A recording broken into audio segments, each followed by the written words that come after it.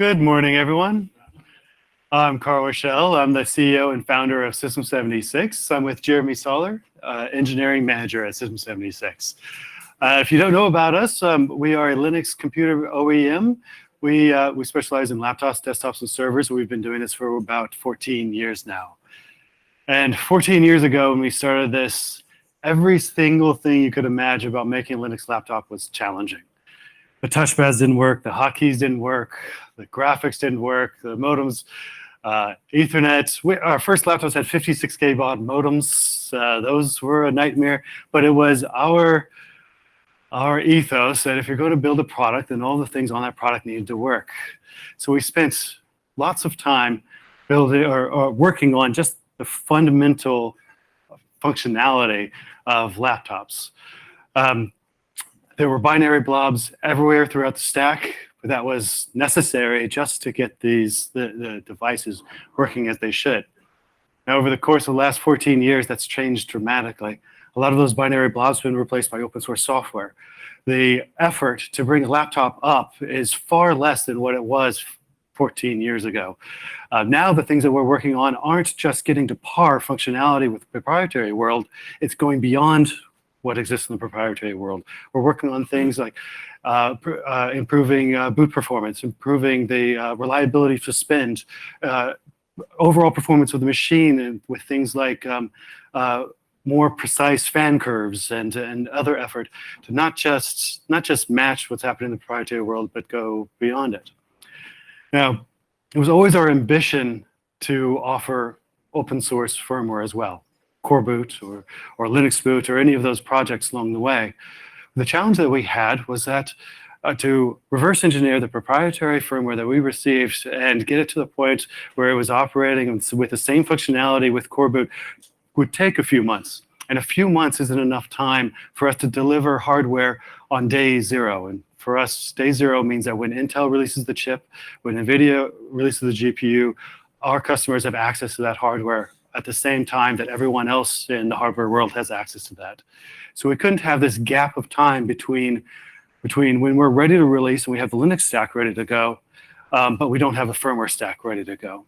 We felt like what we needed to bridge that gap between the proprietary firmware and being able to ship it and open source firmware was help and a partnership with silicon providers.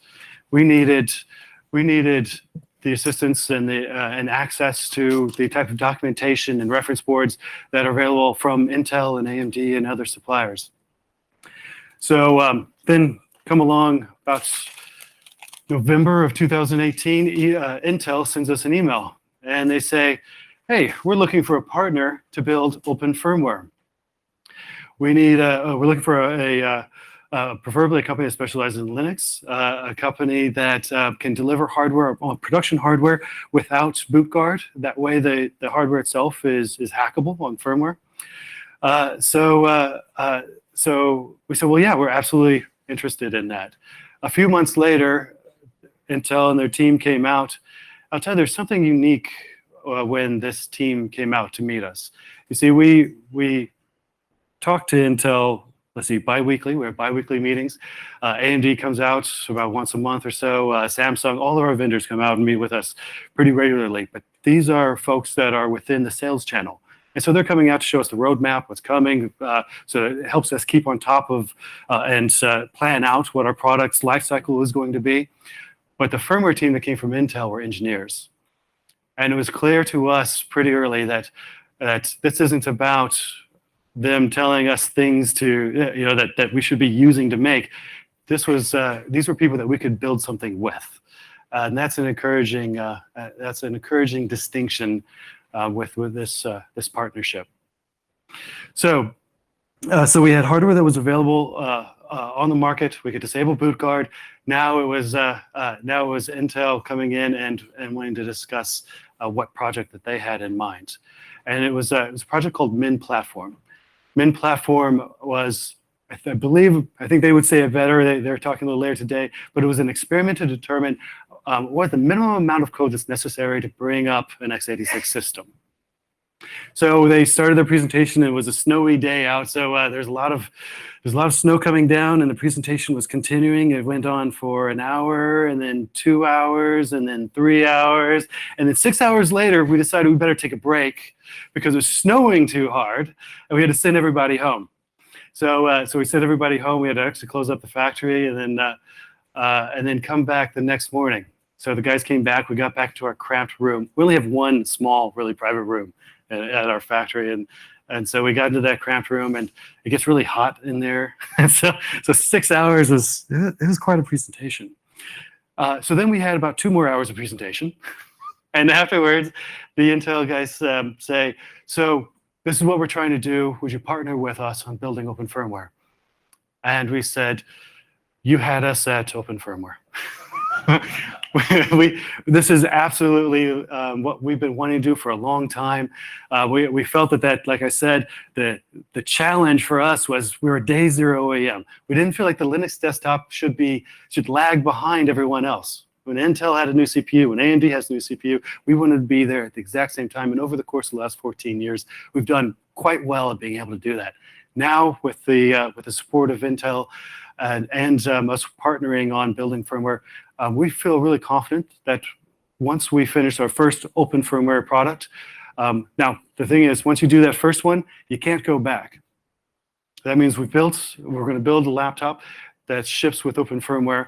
The next version of that laptop can't ship with proprietary firmware for 3 months before we ship the open firmware for it. We want to ship on day zero the same way, so that's the complete product. So that's the path that we're working towards. So now I'm going to hand the stage to Jeremy. He's going to talk you through the steps that we took going from a proprietary BIOS on hardware, on this specific hardware, and moving to open firmware. Yeah, so in order to meet the demand of having absolutely new hardware and delivering it with open firmware, we have to come up with a process that lets us develop the firmware in a very short period of time. So what we took as our target system was actually this system here, the Darter Pro. It's running Core Boot right now, and it's running Tiana Core, and it's booting Pop! OS, which is our operating system project. The first thing you have to do is not be afraid to flash the system. You're going to flash bad firmware. It's not going to boot. That's absolutely the case. Only one time out of the 6 different models I've done have I ever had the first definition of things be correct and the system actually get to graphics in it with the first firmware I flashed. So what we use is this tool here. This is a Raspberry Pi with a SPI clip on it. It clips onto the motherboard to a chip on the motherboard that holds the firmware, and it replaces it with a good image, with a bad image, with complete garbage, whatever. And the benefit of having this device is we're no longer afraid. So we can start developing firmware, flash a bad image, get it working again, and keep moving. So the first thing that we do when we have this confidence is get documentation. And the documentation often looks a little bit like this. Oops, I have to type a password because it's password protected. And you'll notice confidential written in watermark. I can't even show you this page. So everything in documentation about embedded controllers, Intel PCH, things like that are often confidential, which is a big problem in this community. Now, thankfully, the Intel documentation does open up after product launch sometimes, but but when you get that documentation, you can now start working on support in the firmware.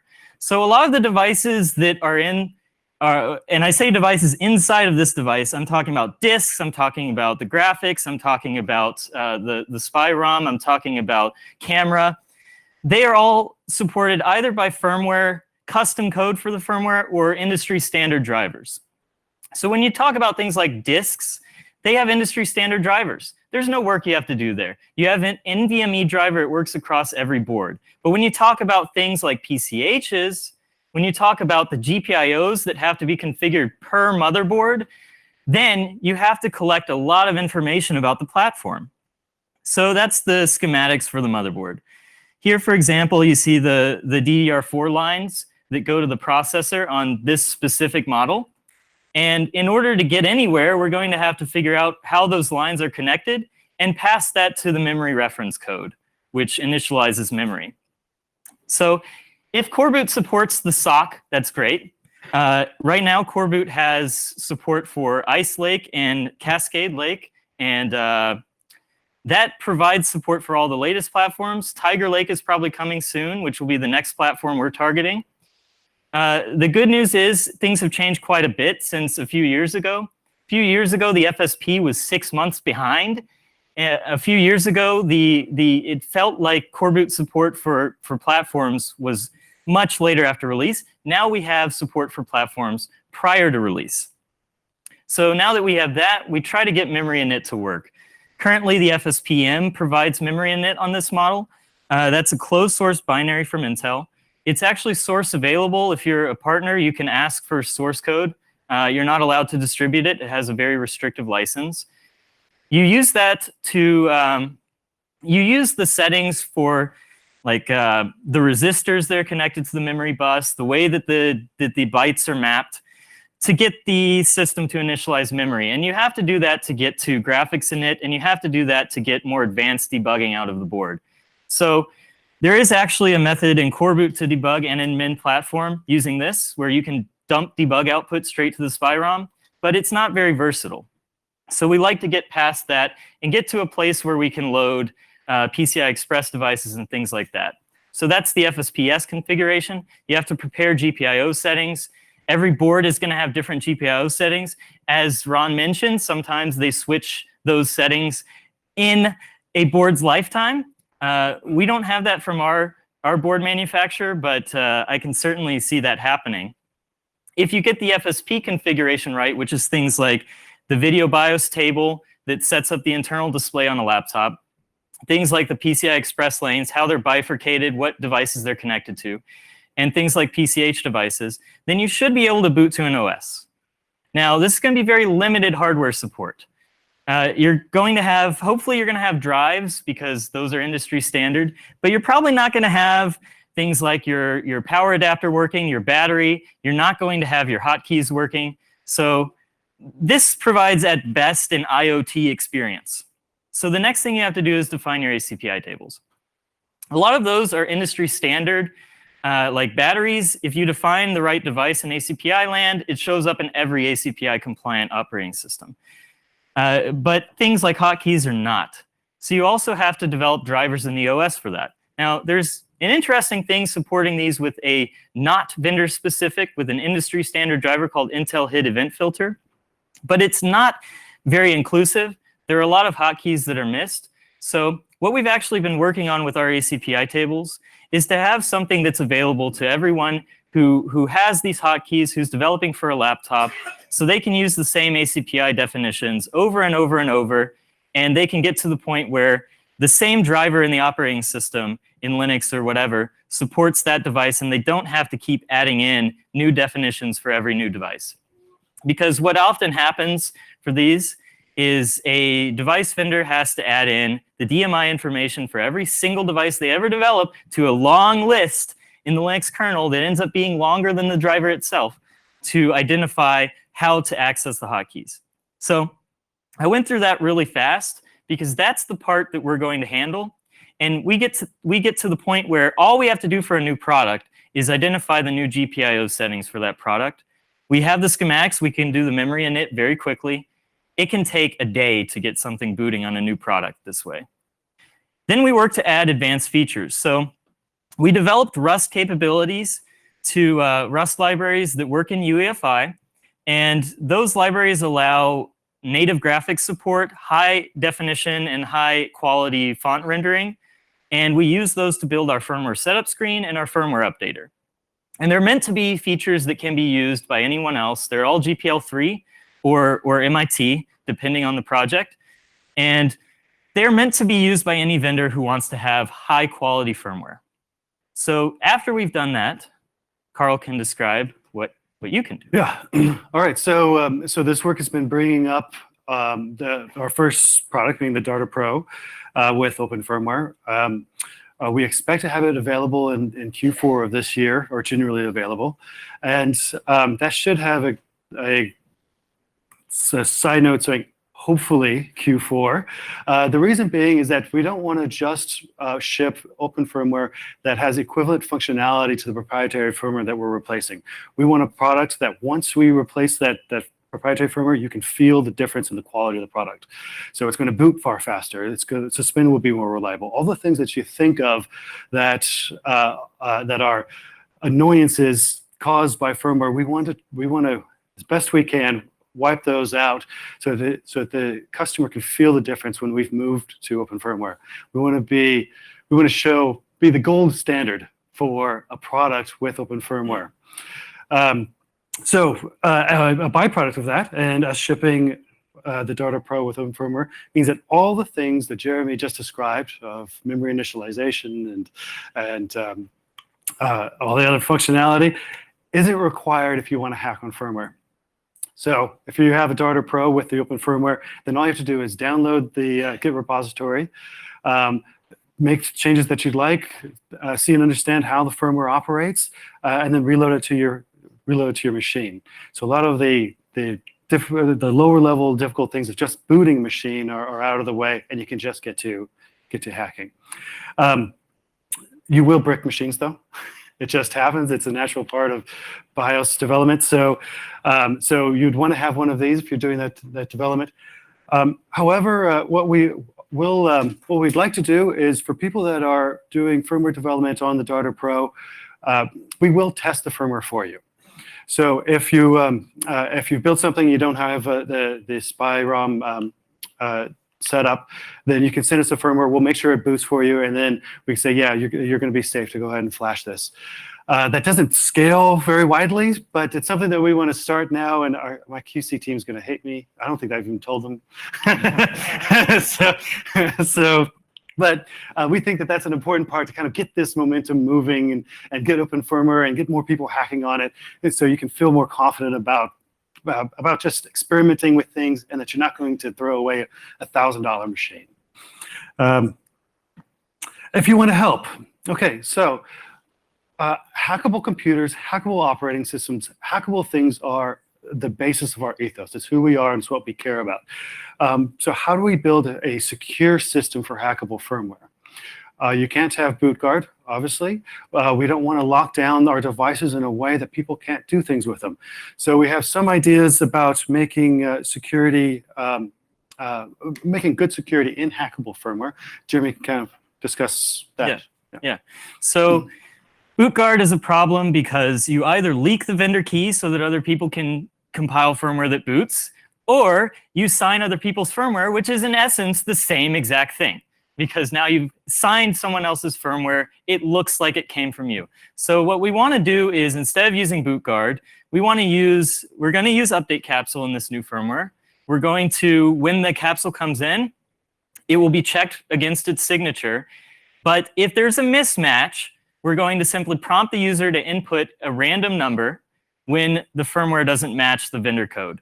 When they do that and they press enter, it will flash the new firmware, and if they've built the firmware with their own key as part of the BIOS, they can keep reflashing on their own firmware track as much as they like and have some level of proof that someone else hasn't flashed firmware that isn't signed with their own key. Doing this, the only way to get bad firmware or malicious firmware is to use one of these devices and physically open the machine. There will be no software update mechanism that can go through that process. Now, of course, with this, you can actually simply remove that security feature if you want, flash that firmware without the security feature, and now you have it open up however you want. By doing this, you don't have to ask the vendor for signing your firmware, and anybody can make their own firmware, but you can also be sure that someone hasn't flashed firmware without your consent. Right.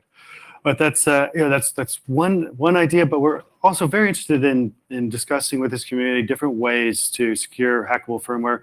And so if this is something that's interesting to you, please come up and let's have some conversations about it.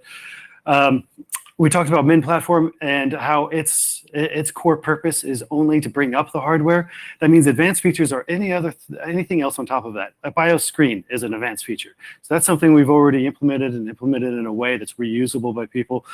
Pixie booting is an advanced feature. So that's that would be a module that's added to Min platform, and hence it's not there yet.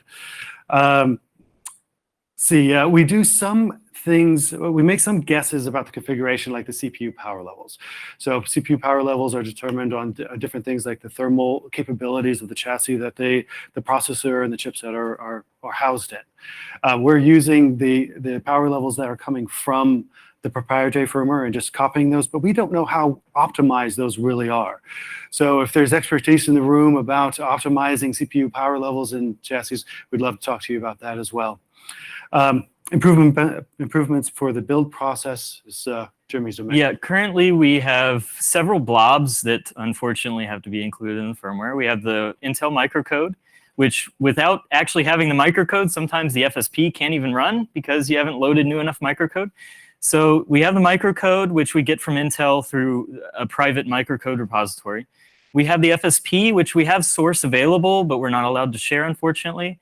And we have the ME, which no one even at Intel really knows anything about, which is scary. But we hope, fingers crossed, that setting the HAP bit and removing a whole bunch of code from the ME actually does what it's supposed to do, and it doesn't have like a secret ROM chip where it stores its super backdoor program. But keeping that up to date is important, because if there is a vulnerability in the BUP in the ME, which is the piece that runs to bootstrap the processor and has to run in order for the processor to boot. If there is a vulnerability there and it's fixed by Intel, we have to quickly and very quickly get it into our firmware. So currently that's a pretty manual process. You have to extract the settings because the ME is actually transformed for every motherboard. You have to extract the settings using a proprietary Intel tool and then apply those settings to the new ME and then do QC on it. And having that process of getting a new GOP, getting a new ME, and getting a new FSP and microcode be as quick as possible is something we still haven't figured out. It's still a very manual process. Right. And we're talking a bit about blobs here and the fact that they exist. I'm still extremely optimistic about the path that I've seen over the last 14 years.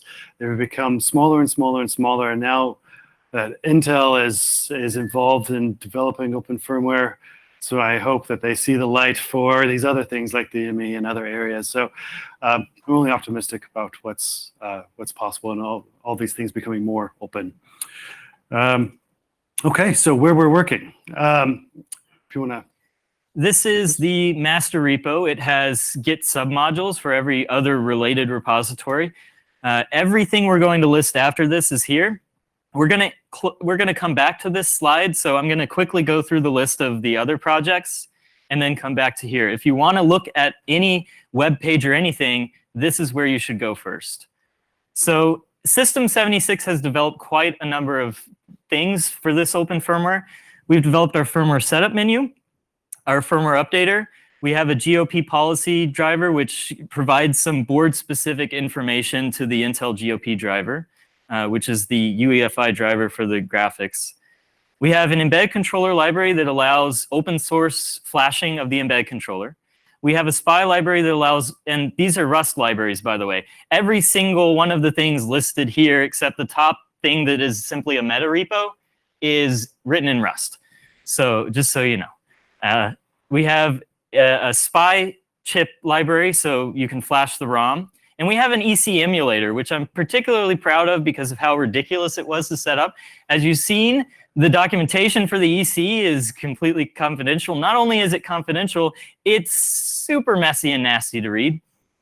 So in order to reverse engineer some of the things the embed controller does, I decided, I'm getting really tired of not being able to inspect the communication, and I'm not going to be able to cut the LPC lines on the motherboard and splice into them.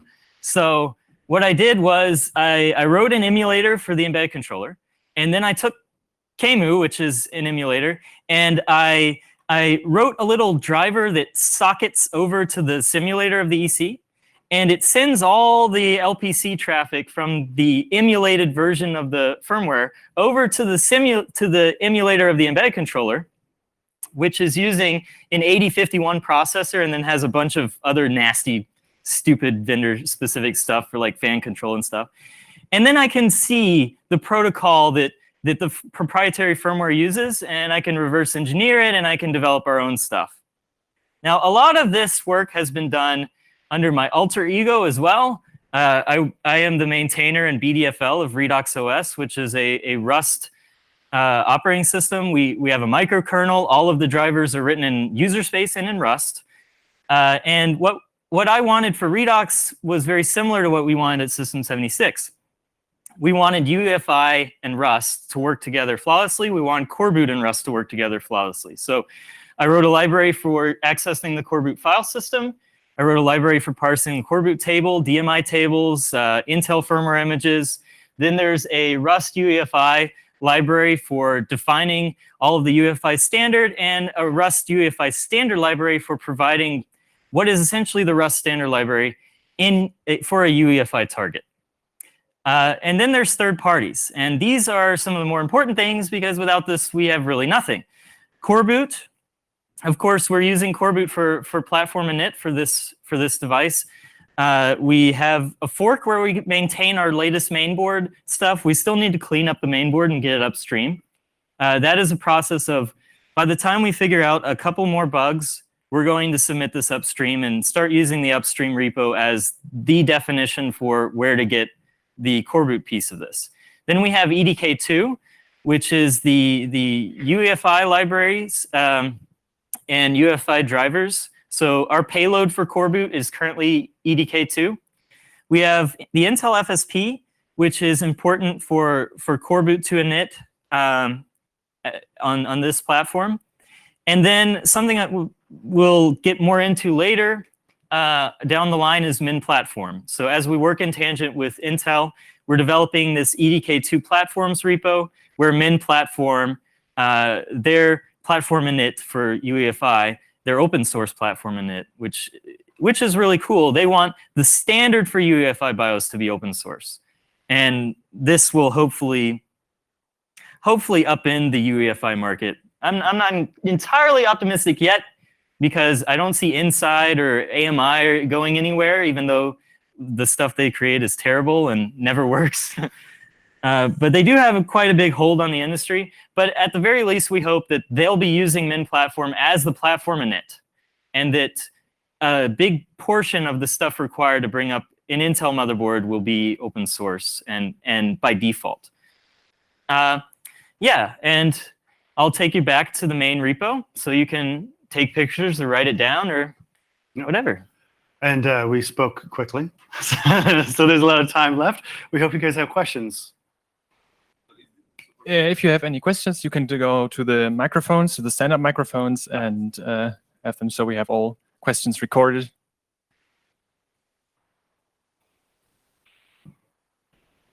How big is the flash part on the motherboard? 16 meg on this model. Ouch. Hey! No. It can be a lot bigger, boy. I'm thinking about gigabyte flashes when we do our own board. Yeah. So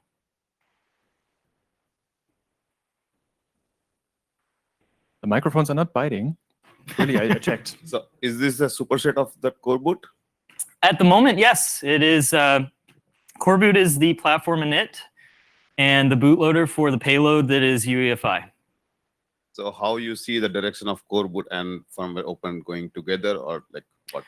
Well, Min platform would replace core boot, and what I see personally is I'm really excited by core boot. I really like core boot. So even if we're not maintaining it as our System76 default firmware, I would like to maintain core boot support going forward, so that all the payloads available in core boot, Linux and Redux is actually a payload for core boot right now.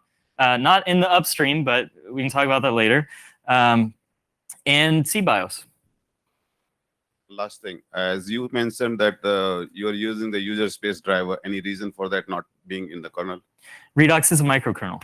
That's why. It's not related to this. So we're not doing user space in firmware. I don't think that makes sense. Firmware should really only be initialization, not runtime components. So it starts something that runs in ring 0, and then ring 0 starts up ring 3.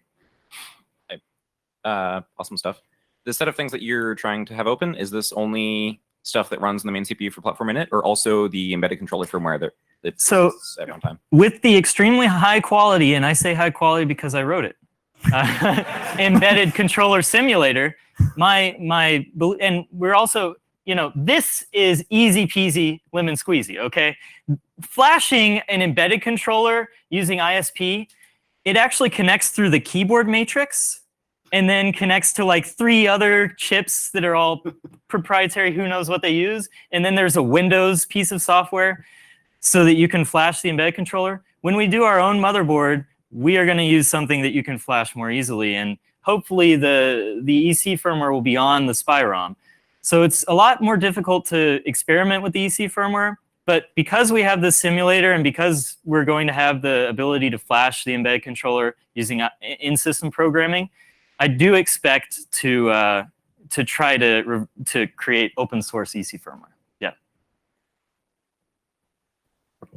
So this is a good follow-up because I wanted to ask about what you plan to do when you switch from using the ODM model to designing your own board. Hopefully one of those things is like USB 3 DCI debugging, but what other things are you, what's going to motivate you to really change over to your own board? What improvements can you make? Yeah, the main motivation, it's going to be done in KiCad, hopefully, and it's going to be a GPL3 design. So that's the main motivation, a design that we own that's open source and open hardware. To expand on that just a bit, we've been working on shipping away open source, not just in the operating system, but on the hardware side as well. So we've recently designed our own in-house desktop computer as well as I/O controllers, and all of that work is open source. So it's open hardware and open software together, And open firmware on the Right. I/O controller. and open firmware.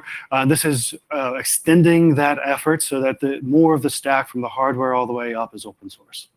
Thanks.